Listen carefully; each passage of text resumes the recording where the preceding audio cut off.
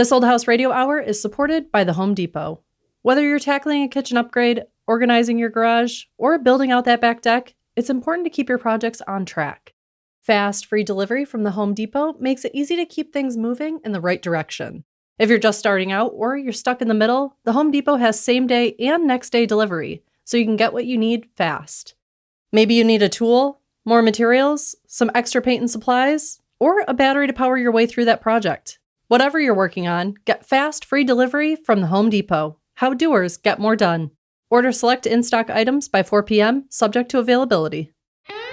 From LAist and APM, American Public Media, it's This Old House Radio Hour. I'm your host, Jen Largis. On today's show, learn how to arrange any room the right way with architect Cliff Tan's simple Feng Shui secrets for comfort, balance, and flow. Feng Shui has a lot to do with our primal instincts on feeling safe, on feeling secure. They built a secret apartment inside a shopping mall and lived there for 4 years. Michael Townsend shares the story you have to hear to believe. Most of the first year was cleaning the space out. We're walking out of the mall with buckets of debris to dump them in other construction sites.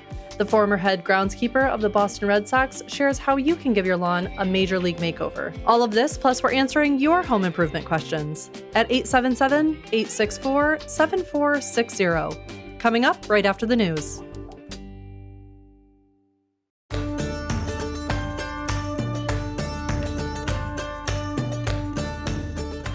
Welcome back to This Old House Radio Hour from LAist and APM.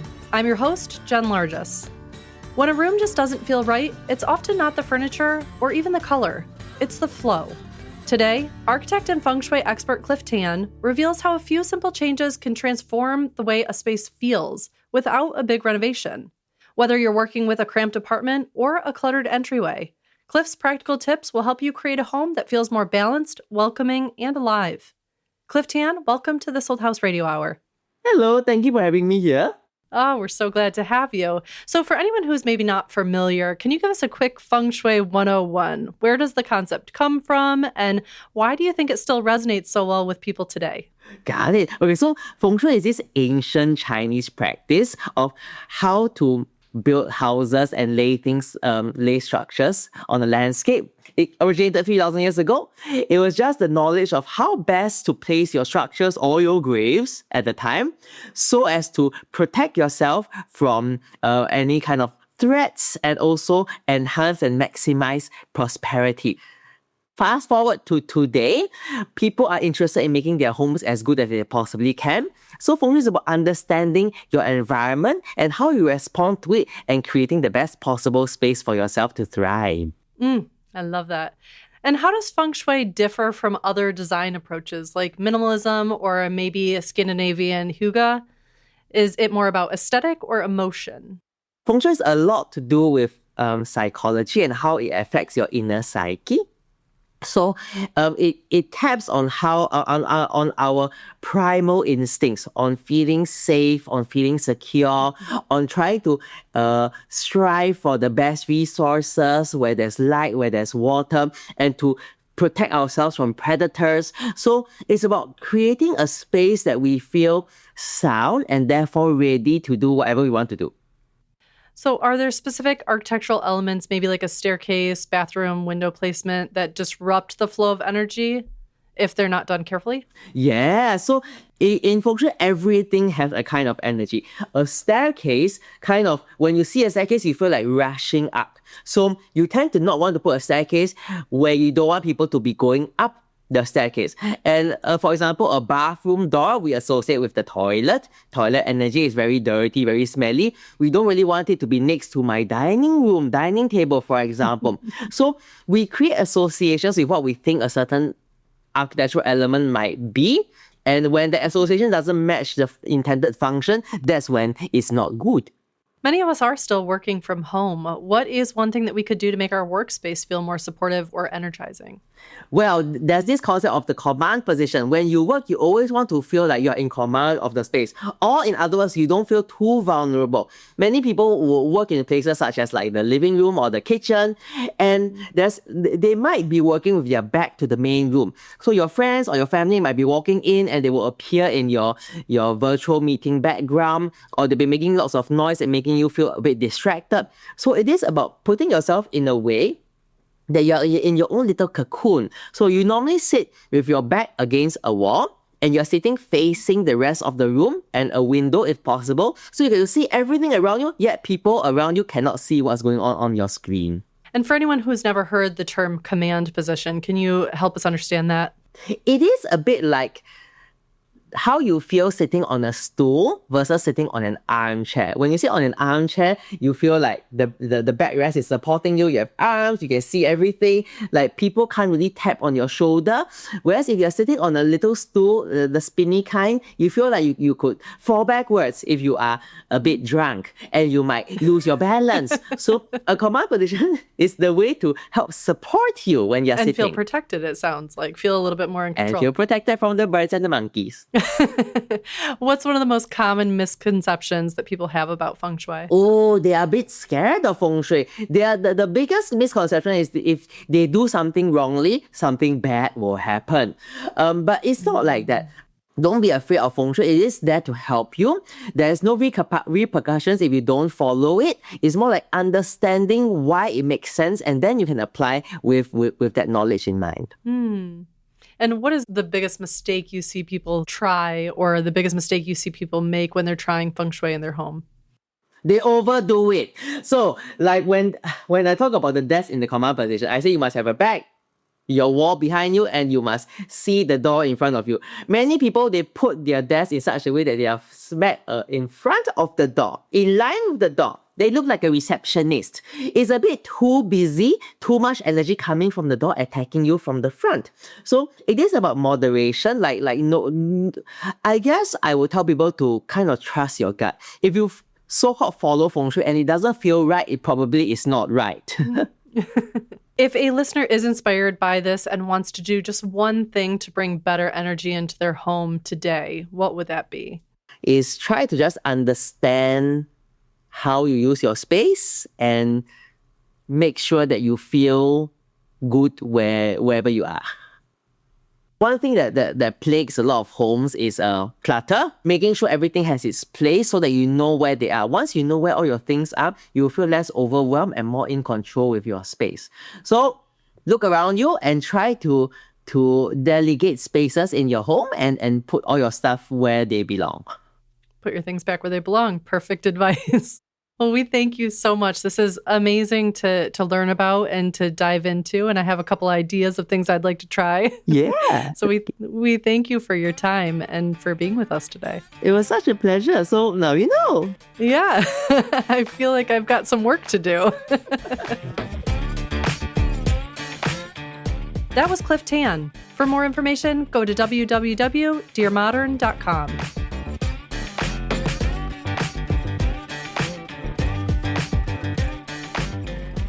You're listening to This Old House Radio Hour from LAist and APM. I'm your host, Jen Largis.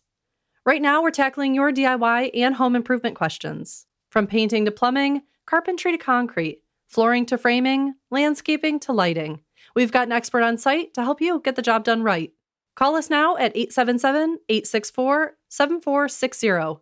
That's 877-864-7460. And we'll match you with the right expert. Hello, you're on This Old House Radio Hour with Zach Detmore and Jen Nawada. My name is Corey. I'm from San Angelo, Texas. Oh, nice. Awesome. We got a Texan on the line. How can we help you? All right. Well, I've got a little problem. One of the things is I'm a DIYer who knows just enough to be dangerous. That's the only kind. If I try to do something, I usually mess it up more than I fix it. So that's why I'm calling today to get a little help. And my question is going to revolve around bending wood, bending the boards for fascia boards and trim and railing on a porch that I have. And it's real distinctive because it has sort of an oval-shaped porch on the front, meaning it's got, two half circles, one on either side, and then it's got a run in the front that's pretty flat.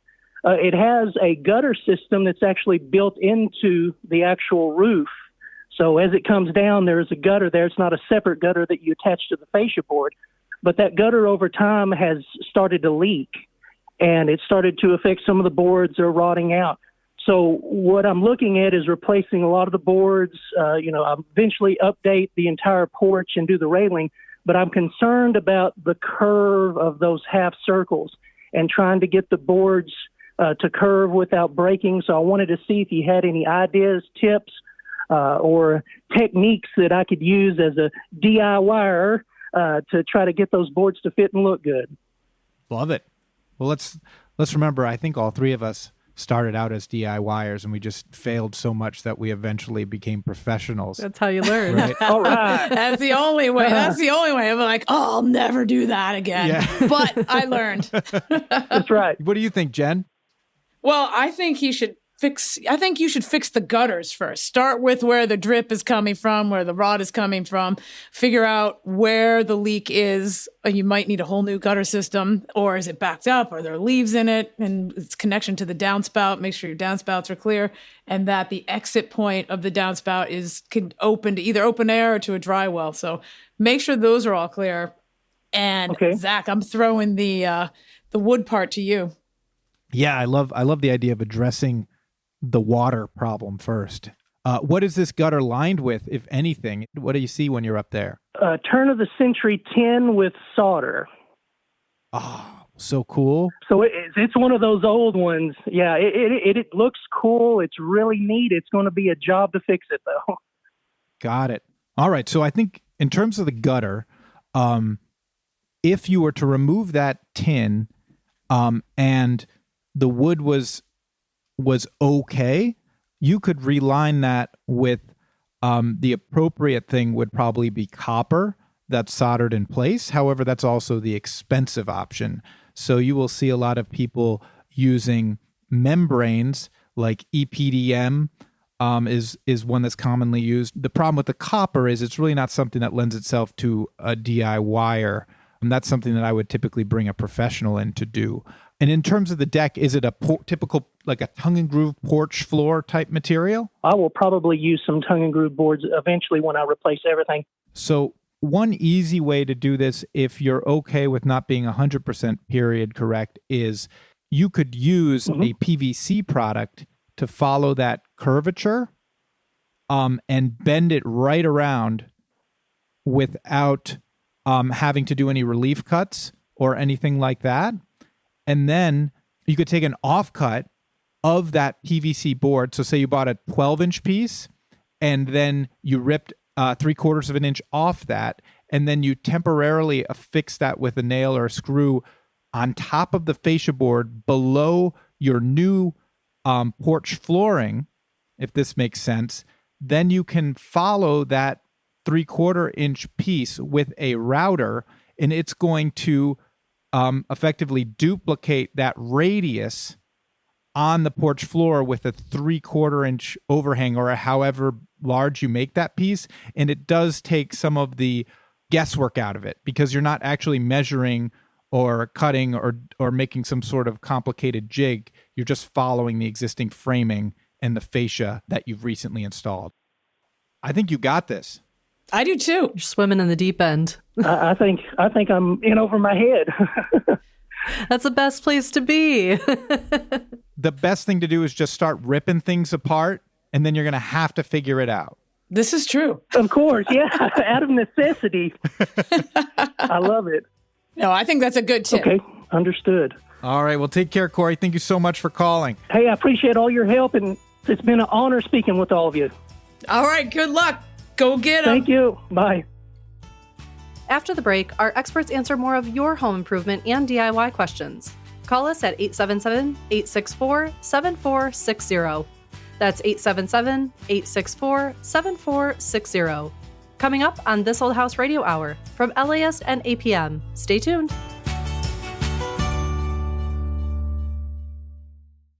This Old House Radio Hour is supported by the Home Depot. Whether you're tackling a kitchen upgrade, organizing your garage, or building out that back deck, it's important to keep your projects on track. Fast, free delivery from the Home Depot makes it easy to keep things moving in the right direction.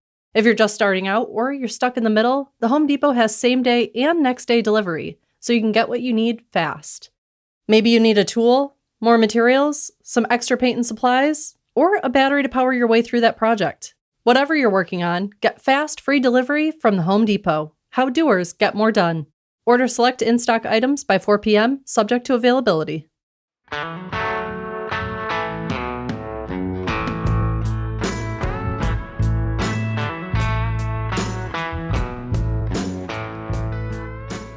Welcome back to This Old House Radio Hour from LAist and APM. I'm your host, Jen Largis. Before we get back to your calls, we are opening up the phone lines and playing House Rules.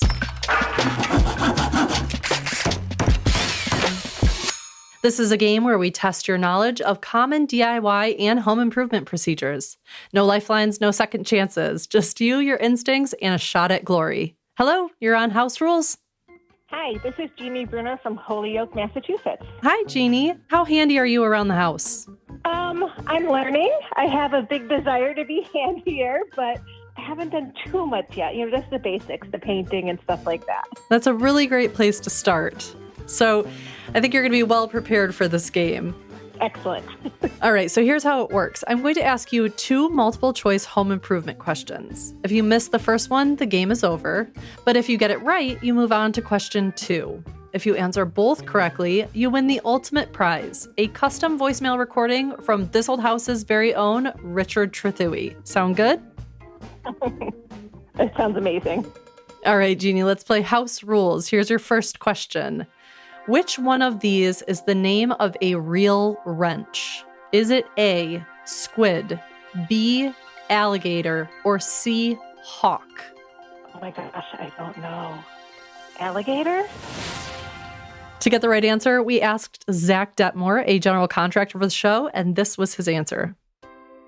The correct answer is B, an alligator wrench. It's shaped like an alligator with its mouth open. It is not an adjustable wrench. As it gets tighter towards the base of the wrench, you could put a smaller bolt that would fit at the base and a wider one would fit at the opening of the mouth, thus being called an alligator wrench. Not to be confused with the monkey wrench. Oh my goodness, Jeannie, what made you guess alligator wrench? It was really a wild guess, but I guess I learned something new today, so that's helpful. That was the perfect guess. You were right. That means you are moving on to question 2. Here we go. What is the best way to prevent soil erosion on a slope? Is it A, ground cover of plants, B, create an in-ground pool, C, fill the area with gravel? Jeannie, what do you think? I would think the plants. Okay. To get the right answer, we asked Jen Nawada, a landscape contractor for the show. The best way to prevent soil erosion on a slope, it depends on how steep your slope is. Ground cover could easily take care of that, or you might need to put a few stones in place to prevent any washout, but usually ground cover and plantings can help alleviate runoff, and plantings that lay low to the ground. By planting these plants lower to the ground, it'll prevent erosion by stabilizing the soil with its roots. Jeannie, that means that you got both questions right. Congratulations. You are this week's House Rules champion. That's amazing. And I actually need this information in my front yard because I have a bare patch that the dirt is just washing away. So that's perfect. Well, you just went from a beginner DIYer. You're intermediate at least now. Awesome. You can put this feather in your hat, and Richard Trethewey is standing by, ready to record your brand new custom voicemail. You just let him know what you wanted to say, and it will be all yours. Congratulations.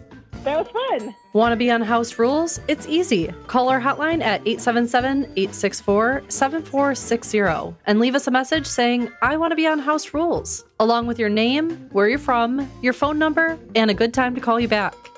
Or send us an email at questions@thisoldhouse.com with the same info. We'd love to have you on the show. Right now, we're tackling your DIY and home improvement questions. Call us now at 877-864-7460. That's 877-864-7460. And we'll match you with the right expert. Hello, you're on This Old House Radio Hour with general contractor Zach Detmore. Hi, this is Kathy Peak from Winona, New Jersey. Hi, Kathy. What's your question today? Well, I live in an old 1960s block house. So it's built out of block and bricks. and I moved my 93-year-old father in with me about 3 years ago now. And he's in one of the end rooms on the corner, and he hates the cold. Like, he's the kind of guy that in a 90-degree day is in a sweatshirt under a blanket. And it's the coldest room in the house. And I want it to be warmer for him. So I was wondering if you had any thoughts about how to add insulation or make a block room on the corner of a block house warmer. This is fascinating. So if you're looking at the outside of the house, are you looking at a concrete block with mortar between the joints? Correct. You are. And if you're on the inside, what are you looking at? It looks like it's plaster. It appears to be plaster that's sort of been applied right to the block. Oh, really? So your receptacles are within the block, or they're like applied to the face where you have outlets and light fixtures and switches? The receptacles are actually on interior walls in the home. This is so strange. You've stumped Zach Detmore. What a cool house. It is very cool. It is very cool. So the block is traveling from inside to outside. It's the same finished surface. That's my understanding, yes. Wow. Have you heard of this, Jen? Have you ever seen a house like this? No, there's nothing between the exterior wall and the interior, whatever application they did to finish the inside. That's my impression, yes. Cool. When the previous owners added outlets, they ran it like right on top of the plaster and put like wire molding in it. So, yeah. So the answer really has to be, can you afford to make this room smaller to add insulation inside? Probably. I do think that I could do that. That seems to be the best idea, is to fur it out and drywall and then insulate between the existing finish and the drywall. That's what you're thinking? That is what I'm thinking, because you don't really have any sort of thermal break in this wall assembly. And I think I bet on a cold day, if you put your face to the block, you would feel that the surface of the wall is colder than the room temperature. Is that sound absolutely accurate?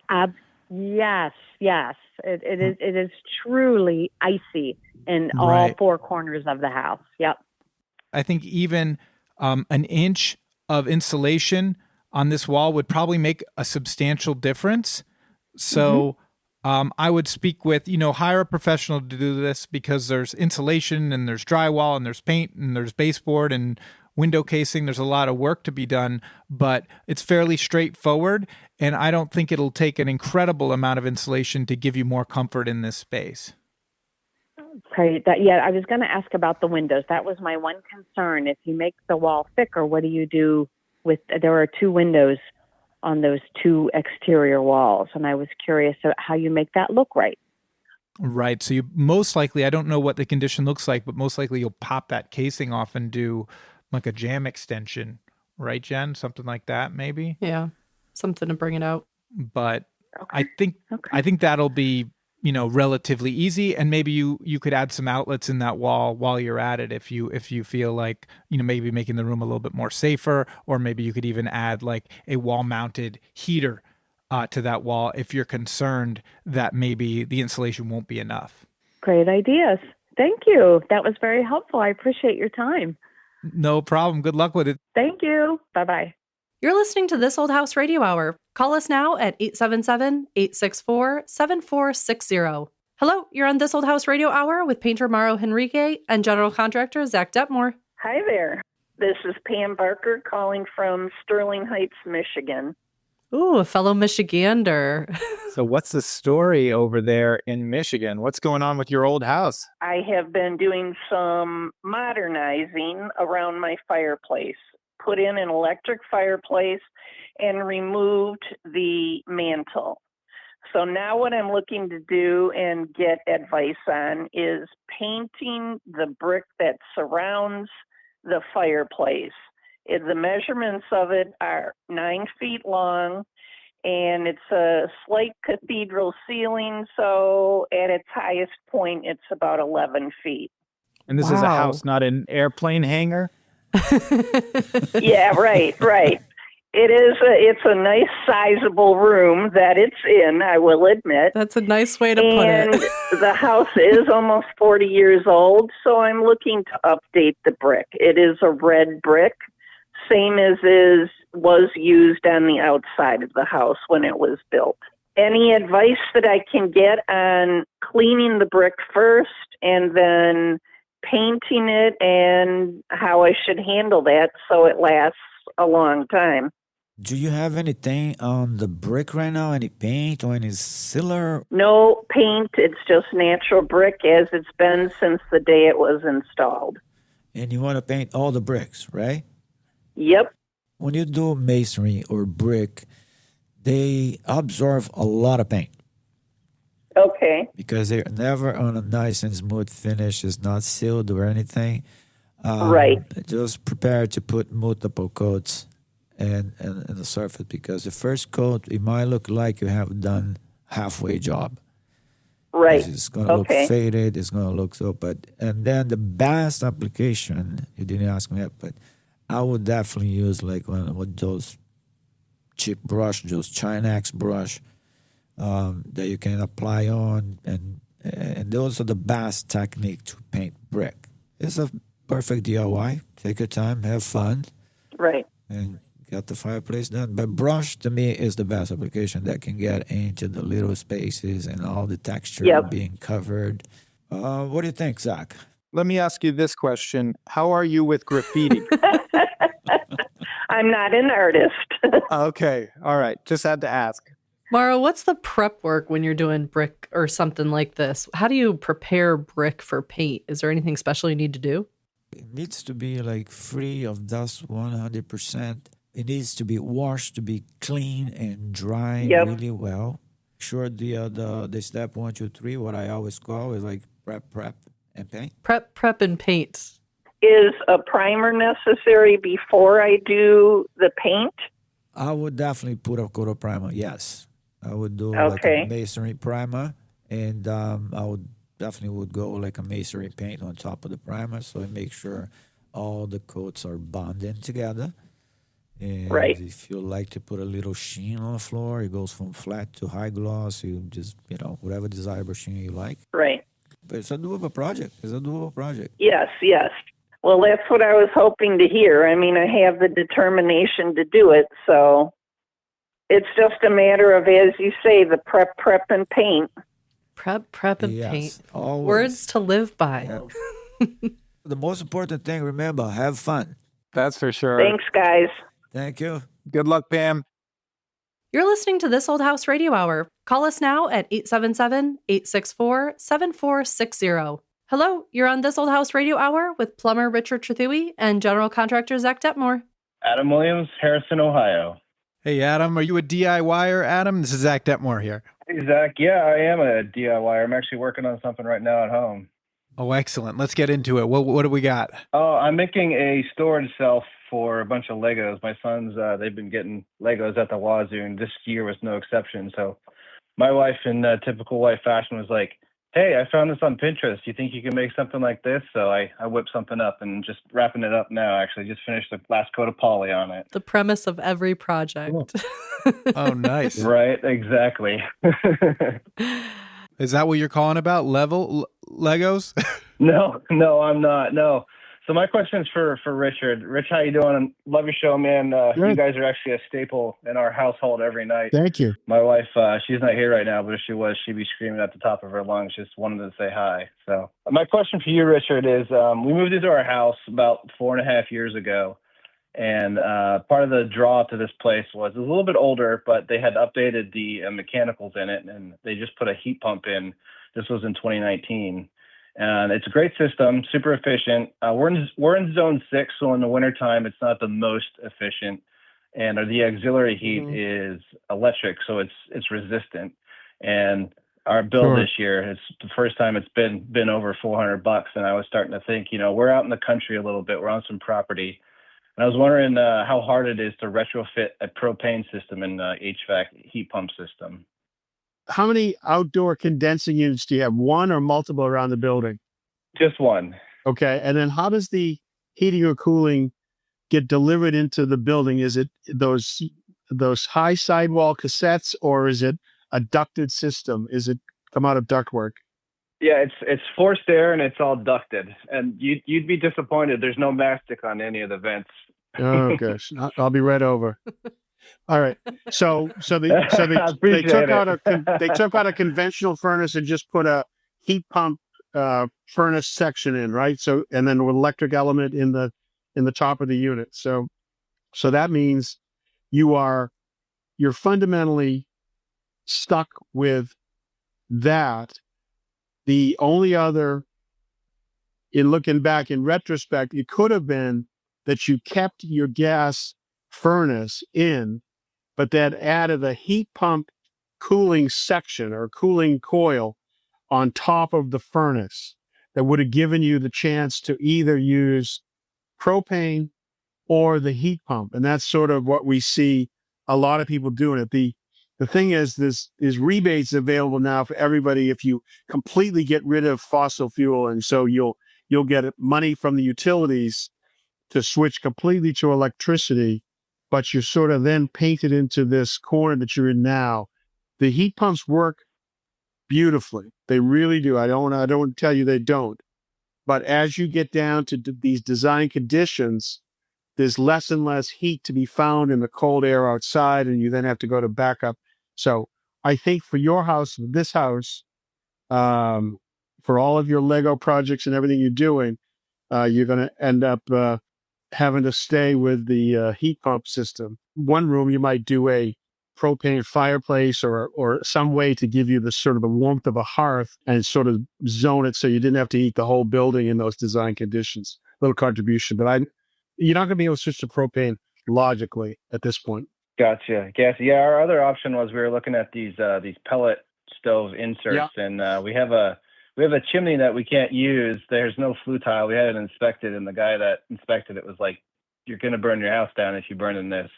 So we're looking at options and those pellet stoves. But can't you line that chimney? Yeah, for $15,000, sure. I don't have that kind of change laying around though. That's just okay. Yeah. Yeah, no. So I don't have good news for you, right. But maybe I know I'm talking to Jen right now, and she's got a blanket around her, so I think that's really what you need. Hey, I've had a pellet stove. They're not fun to fill. Sure. They're not fun to run. They're not fun to fill. It's a mess. Is it okay if my wife says hi to you real quick? She just got home. Sure. Hello. Hi, Richard. Hello, my dear. How are you? I'm well. How are you? Good. I was just here working with some Legos. Oh, you were? Yeah.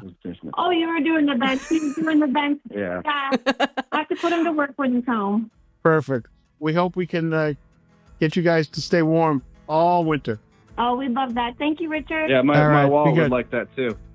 Okay. Thank you. All right. Thanks, guys. See you guys. After the break, learn how to transform your lawn into your favorite ballpark.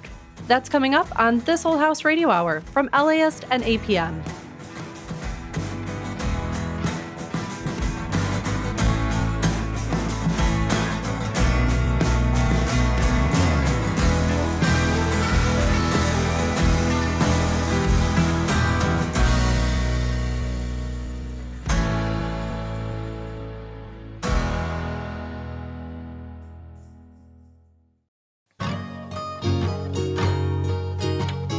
Welcome back to This Old House Radio Hour from LAist and APM.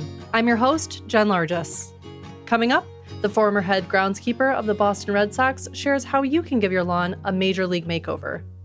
But first we head to Providence, Rhode Island, where Michael Townsend shares the extraordinary story of how he and his friends turned a forgotten corner of a shopping mall into a hidden apartment and lived undetected for nearly 4 years, until a single mistake brought it all crashing down. In 2003, a group of 8 Rhode Island artists created a secret apartment in the Providence Place Mall. They lived there for 4 years. Howdy, my name is Michael Townsend. I'm a public artist, and I'm the subject of the movie Secret Mall Apartment and this is my old house. I lived in an artist community called Fort Thunder, and it was inside a industrial mill building built in the mid-1800s here in Providence, Rhode Island. Living at Fort Thunder was one of the most special periods of my life. Every square inch of the walls was covered in work made by the people in those spaces or found objects. It was a mega collage of everybody's interests spilling out onto every single surface. And then it all disappeared. The mall was a development project, and the buildings are, through the eyes of a developer, primed space for something new. There was a several-year battle to save all these buildings, including our own home, and our home was reduced to a pile of rubble and then cleared for a parking lot. The mall opened in 1999, and it sent a shockwave of development projects through the city. In the process of working with the developers and the planning department, they ingrained in us their worldview. If you find an underutilized space, you have a God-given responsibility to develop it. My world is built around a team of artists in the early 2000s. That's me and Adriana and Andrew and Jay. The four of us make the commitment. We're gonna go spend a week in the mall. Let's see if we can live in this structure for a week. We do the whole day in the mall, exploring all the stores, we're watching movies, we're enjoying this mission. Very late in that day, we're like, where are we gonna sleep? Based on having watched this mall get built, I remember seeing a space while it was being constructed. It's not a store, it's not storage, it's not parking, but I also witnessed them build 2 walls next to it that were 7 or 8 stories high that don't touch each other. So there's a space between those 2 walls. Sure enough, we found the space. We're like, no way. It was a leftover from the construction process. There's no reason anyone would ever go there. This feels private, feels like something that we should do something with. And it was instantaneous. The frustration, the fighting these developers was still like on the top of our skin. And it was pretty automatic that we knew that would become a place where we were going to dedicate a lot of time and make it a place that is absolutely ours. Most of the first year was cleaning the space out. It was not ready to be occupied, which is a funny reverse process because we're taking things out of the mall, but it's all dirt and debris. So we're filling up buckets and walking out of the mall with buckets of debris to dump them in other construction sites. And then the process starts. We are ready to start domesticizing it. What is the first thing you bring in that is going to make it a home? The couch was, without question, the thing you bring in first. It was incredibly comfortable and homey. I remember going to Macy's to ask if there's any way that we could buy the floor display furniture because there wasn't any place in the mall to buy just straight up furniture, but they had it in some of the stores. And we tried to figure out a way to weasel that furniture out of them so we could upgrade our lives. We had this low-sitting coffee table on a rug, but the coffee table had the center of our entertainment world, which was just a small TV and a PlayStation 2. We had our lamps, we had some wall art, a kitchen area with a sort of a little more of an ad hoc kitchen table, but some photo albums of just us, which is a great way to christen any place a home as soon as you show up with the photo albums. We had control of the space for 4 years. We have, in 2007, the break-in. Colin and I come to the door of the apartment and it has been kicked in. The PlayStation's gone. The photo albums are gone. Like, it's a weird robbery. We're like, who comes and takes those things, but doesn't take the television or the silverware? The PlayStation we get, but everything else, we're like, that's odd. But it also means that we've been discovered by somebody. After the break-in and not knowing who did it, we commit to only coming at night, not knowing that during the day, They are patrolling the space. Eventually, I mess up. I go at the wrong time, I run into the wrong people, and the project ends instantly. The Secret Mall apartment space was a place of grand sanctuary. It was a space where I had total control over what happened in it, constantly surrounded by people that I cared deeply about, effectively the family. And the fact that family was the only people who had access to it made it more of a home. I think when people watch the movie, they connect to this idea that you have these people that were effectively displaced, and despite what rules may exist, they force their way into a place they will declare as their home. They're going to make it happen. And so to lose that home was a real loss. The sense of home for me, all my boxes were really checked in that space. I think that everyone kind of naturally goes through developmentally building some type of fort as a kid, from a simple blanket with a stick under it to your cushion forts to your tree forts. You're constantly building spaces for yourself where you say, this is me. I'm in this space. This is where I belong. This is, I think, the beautiful art adult variation of that theme. If I lean forward like this, I'm sitting in my studio. If I lean forward, I'm just looking at the mall. My feelings towards the mall are rooted in the frustration that it is a failing business. And it's quite possible that there's a future where that mall will have apartments in it.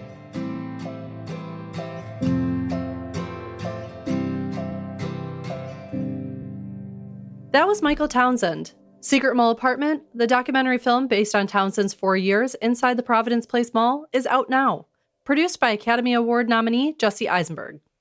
At this old house, no project is too big or too small for us to handle. However, some jobs require a specialist. Today we are going to the big leagues, especially if you want to transform your lawn into the outfield of your favorite ballpark. Joining us today is David Mellor, the former Senior Director of Grounds for the Boston Red Sox. For 23 years and 4 World Series championships, David cared and maintained the iconic Fenway Park, one of America's most historic and cherished ballparks. Now he's here to share expert tips and insider tricks to help you achieve a lawn worthy of Fenway. David, welcome to This Old House Radio Hour. Hey, great day to you. Thanks for the invitation. Absolutely. We're so happy to have you. And we are dying to know, is it possible to turn a regular yard into something that more closely resembles your favorite ballpark? It sure is. And with a lot of attention to detail, you can make your lawn look like a major league ballpark too.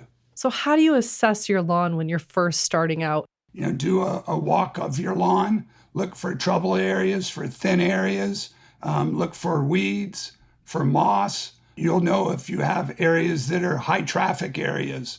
For a baseball diamond, that's where outfielder stands, where the pitchers walk. So if those are high traffic areas, those become compacted. So if you have areas where you regularly walk your dog or you have ball games with your kids, those take extra attention to detail. At my house, that's near the soccer net. There you go. Great. You know, lawns are all about creating memories. They need to be enjoyed. You know, it shouldn't be that lawn that has a do not disturb, right? They need to be enjoyed and used and create memories on. And so now's a great time to do a soil test. Send that to your local county extension agent to not only get a nutrient analysis, they'll give you a guideline for what fertilizers your lawn may need. If you have a troubled area, get a soil test for that different area. Mm-hmm. And it'll give you a guideline on how to take a soil test also. So maybe taking multiple soil tests depending on an area that is more highly trafficked versus one that is maybe off to the edge and not used as frequently. Correct. Interesting. Correct. I wouldn't have thought of that. If you were by chance starting from scratch, how do you choose what type of grass is best for your yard? Well, like many things in life, you get what you pay for. Mm-hmm. So you want to invest in quality grass seed, quality fertilizer, quality equipment. You want to get sun mix for your sun areas, shade mix for your shaded areas. And then there's cool season grass and there's warm season grass. Mm. So the United States kind of divided in half. So Kansas City, St. Louis, Cincinnati, Baltimore, that's the kind of the dividing area of the United States. Anything north of that grows cool season grass like Kentucky bluegrass, perennial rye, and fescues. Anything south of that will be in the Bermudas and the warm season grasses. And anything right in the middle in that transition zone can grow a little bit of both. It's too hot in the summer to grow the cool season grass and too cold in the winter sometimes to grow Bermuda. But you'll see some sports fields that'll grow both, and they'll switch their fields out mid-season. Do you have a personal favorite? I think Kentucky bluegrass is a beautiful grass, certainly in the Northeast. Perennial rye certainly stripes beautifully, but it can be more susceptible to disease if you have high humidity. Okay, I've got a lawnmower, but what other kinds of tools do I need to create a healthy looking lawn? Well, let's talk about the mower first. If you use a dull scissors or a dull razor, it hurts, right? And it gives you a shaggy cut. Same thing if you mow your grass with a dull blade. You mow this morning, and then this afternoon or tomorrow, your grass looks all brown because it has frayed edges. So you want to have a nice, sharp blade, but then also mowing the grass at the proper height of cut.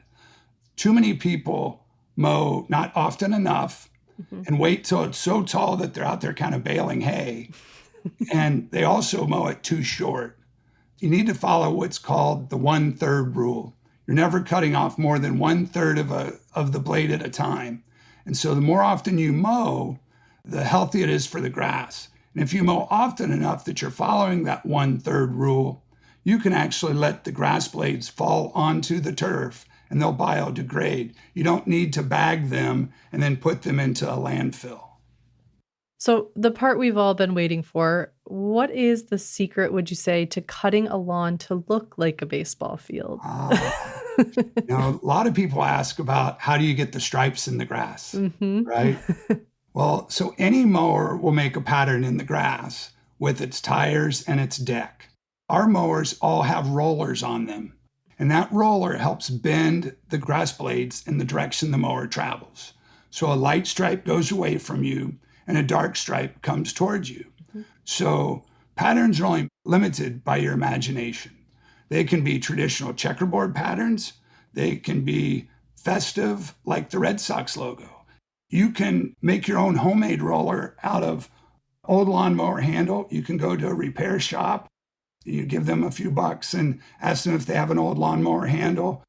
Then you can take a piece of PVC pipe, cut it to whatever width you want, maybe get some electrical conduit to attach to that handle so it's a little bit longer and expand the width. Fill the PVC pipe with concrete or buckshot to make it heavier, and put plywood on the end and make a push roller.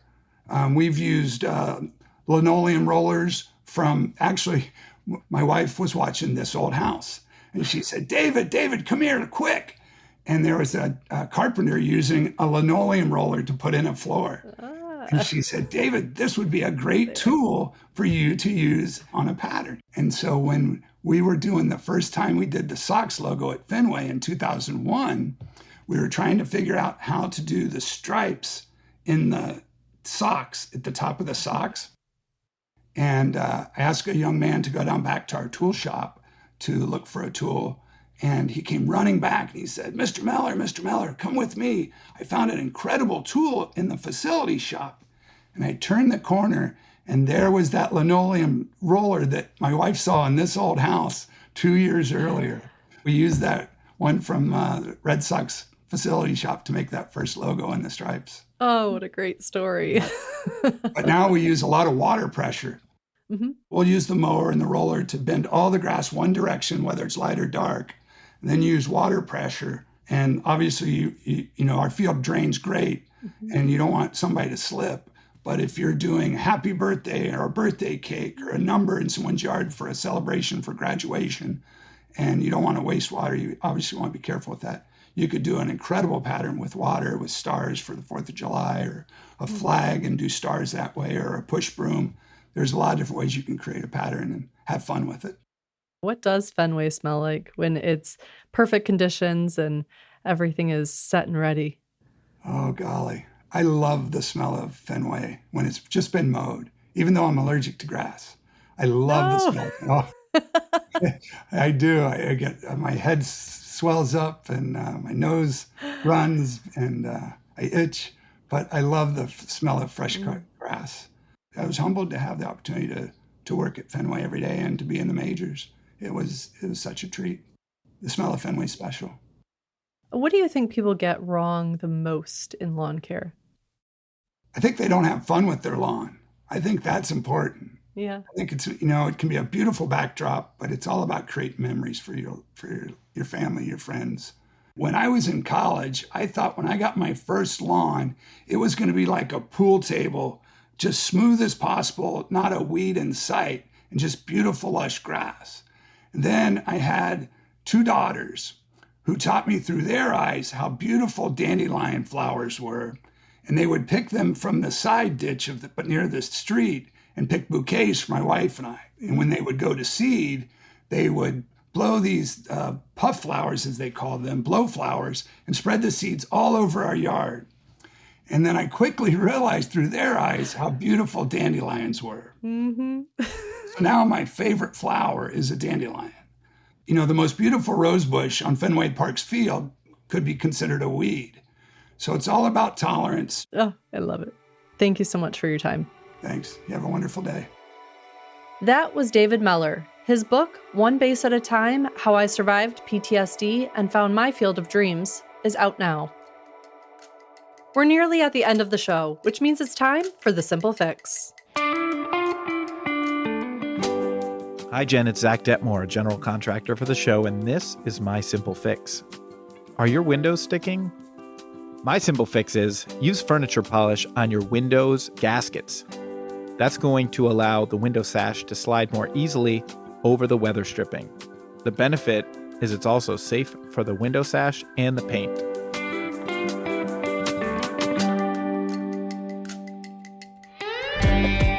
We'll see you next week on This Old House Radio Hour.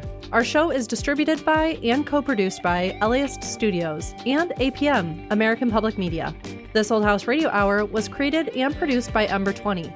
Listen to new episodes of the podcast every Tuesday on your app of choice. You can follow This Old House on all the socials at This Old House, all one word. We'll see you next week.